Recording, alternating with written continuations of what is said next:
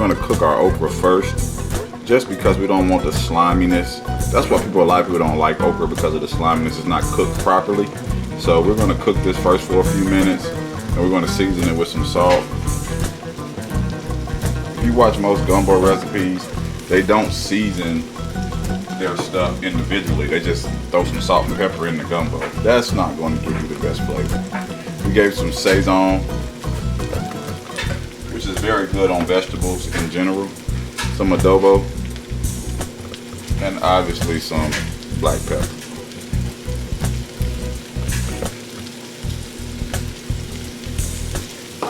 I'm just gonna cook this up for a few minutes. So this is what I mean when I say take the slime out of it.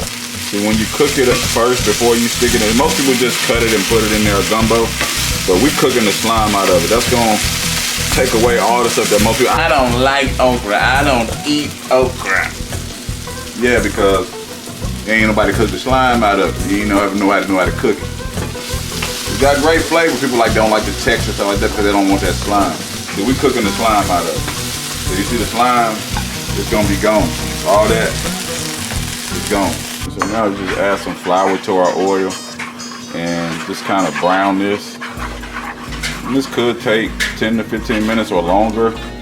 We want to make sure it's all mixed in, and we want to get it to a pretty brown color.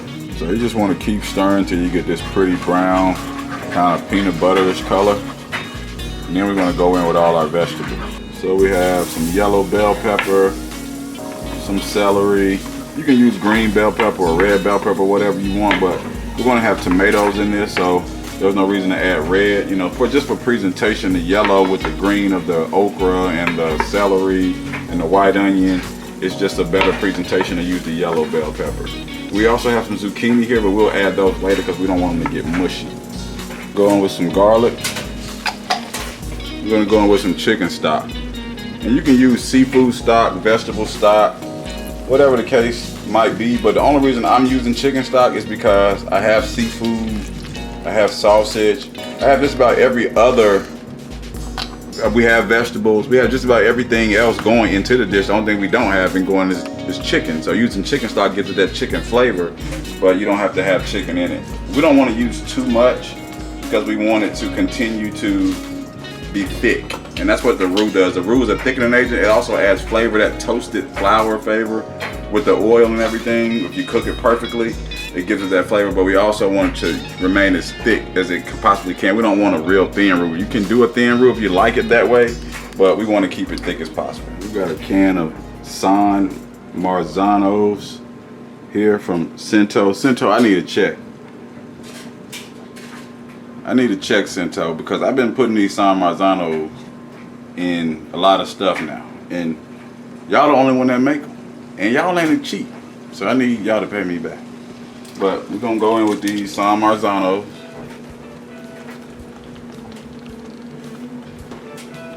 All right, and we're gonna make sure we season this, okay? So we got some Italian seasoning here. Any type of basil or Italian seasoning is always gonna go well with tomato. And anytime I use tomatoes of any kind, I always season it. Salt.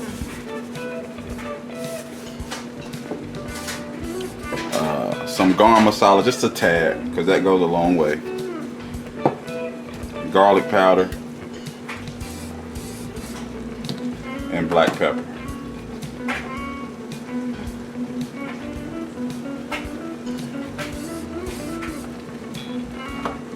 Alright, and we're just going to mix that all together.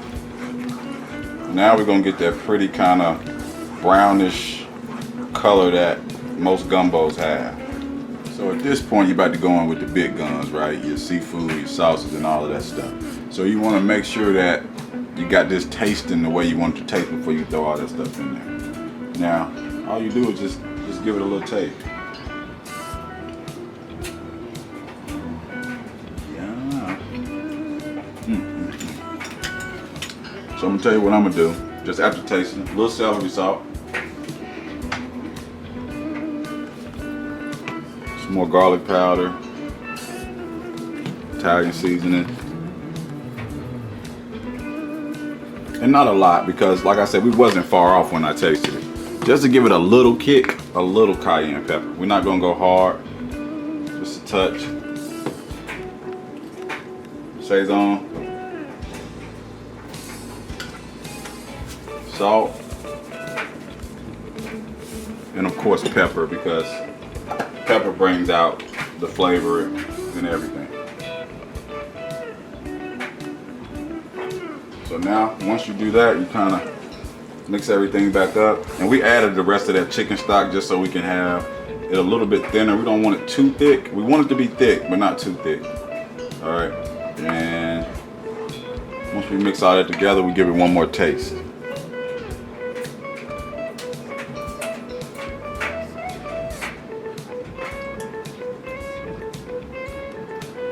Now we're ready to add everything else. Beef sausage and turkey sausage. So once we add our sausage, we're just gonna cut it down to like a simmer, and then place our top on and let that cook for about 10 to 15 minutes. So we're gonna go in with 2 cups of water, some butter, some salt, and a bay leaf.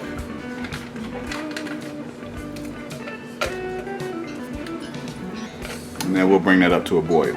So now we're going with our cup of rice. 2 cups of boiling water, 1 cup of rice. It's always 2 to 1 when you're doing rice. This is some basmati rice. You see it's already got a pretty color. But just to give it that extra swag to it, we're gonna add some turmeric.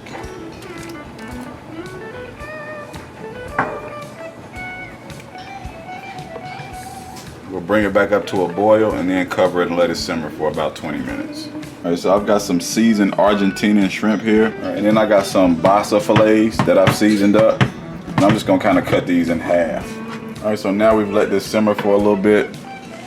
You see our gumbo is starting to look real good. We got the sausage, the vegetables. And I leave my vegetables in nice chunks because you don't want it to be too small. Tomatoes are melting down. We're going with our zucchini, the okra that we sauteed earlier and got the slime out of. Our shrimp.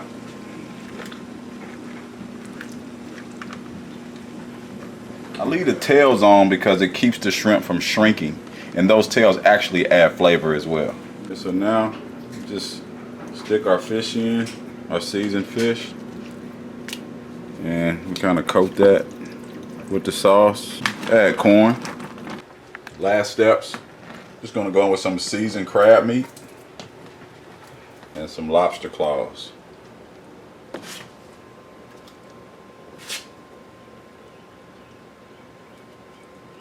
Mix those down in our sauce for a little bit. And you see how everything is cooked up, the corn, all of that. Shrimp, zucchini, okra, vegetables, just absolutely amazing. Put the top on, let that steam for about 5 minutes, and we're ready to wrap. Now you know, like I told you before, when the ladle come out, time they got dang on plate and eat and do what we do. See, that's why I like to put that turmeric in the rice to get that pretty yellow color, more flavor, all that, the whole 9 yards. Then we got this pretty piece of cheddar jalapeno cornbread made at scratch with goat cheese. You can see the goat cheese busting out the side. Just beautiful. Set that right there on top of the rice. And then we're going to go in our little pot here.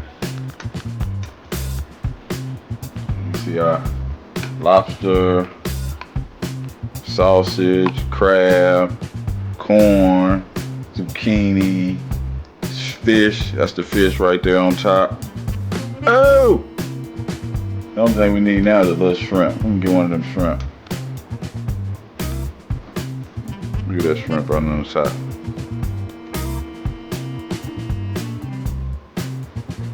And that is our seafood gumbo with shrimp, crab, lobster, and sausage.